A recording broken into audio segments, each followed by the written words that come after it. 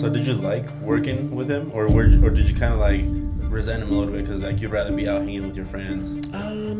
Yeah, there were times later in high school that I did resent it. Never really resented him because we knew that's how he was, and he always told us point blank he had it tougher than us. He grew up on a farm, you know. I mean, parents back in those days, they had kids to work on the farm. I mean, it sounds crappy, but that's just part of history, really. That's why families were so big. For one, you didn't have contraceptives, you didn't know how to stop it, and number two, you needed the help. Yeah. You know, there weren't as many people to hire. You know, we all know the history. You know, a lot of Spanish people came here to work in the fields and stuff, and my family was the same way. Truly, the Germans all came here truly as kind of indentured servants. They weren't slaves by any means, but they were like the Spanish people. The sugar factory went to the leader of Russia, Catherine the Great, and said, hey, send me some of your good farmers, or send us some of your good farmers, because the land out here stinks so bad.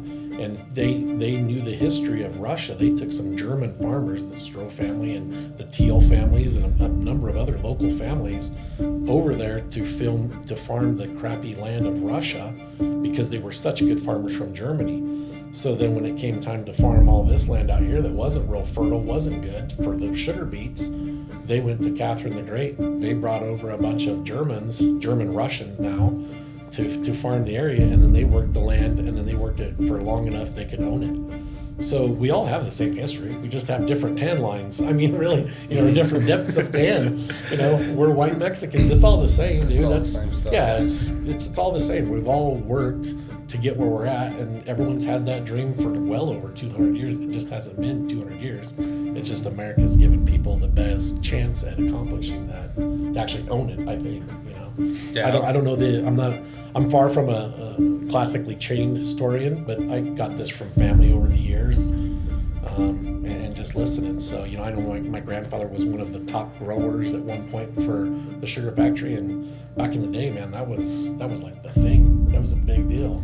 Now you don't even hear about it. Nobody even realizes who raises the sugar beets. It's such a small and much more streamlined situation than it used to be. It's not, especially now, people just complain about the smell every now and then. Dude, right. But it's important for like people to know like the history of where they came from and how they even got to where they're at. 100%. Because a lot of times they'll be like they're talking with other people and just like talking crap about a certain subject or whatever. But then if they did the research, it's like, hey, your generation's kind of into this too. Like, you gotta kind of have to like be able to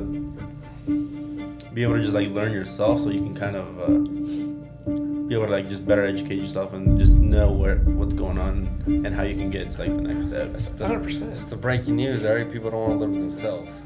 That's the problem. Well, I think people forget. I mean, it's the old adage, if you don't learn history, it's destined to repeat itself.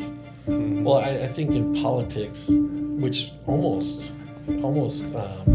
overcomes and overshadows everything in our daily life nowadays. It used to be politics was only really important on the election year. Well, now because of all the news stations that are dedicated to it and all the social media, it's right there in your face. And everything is politics, man.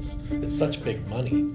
So I think the politics of it is they don't want you to remember the past. They don't want you to remember what it took to get to here. They want to start new beefs and new BS because it keeps us confused while they can just keep printing the money or shelling it underneath the table.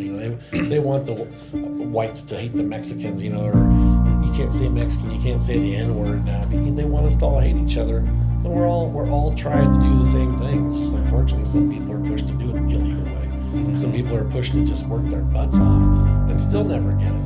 So, I think we all have similar origins, or most of us, not all of us. I think it comes down to not even Democrat and Republicans, it doesn't come down to Mexican, whites, it's the haves and the have-nots.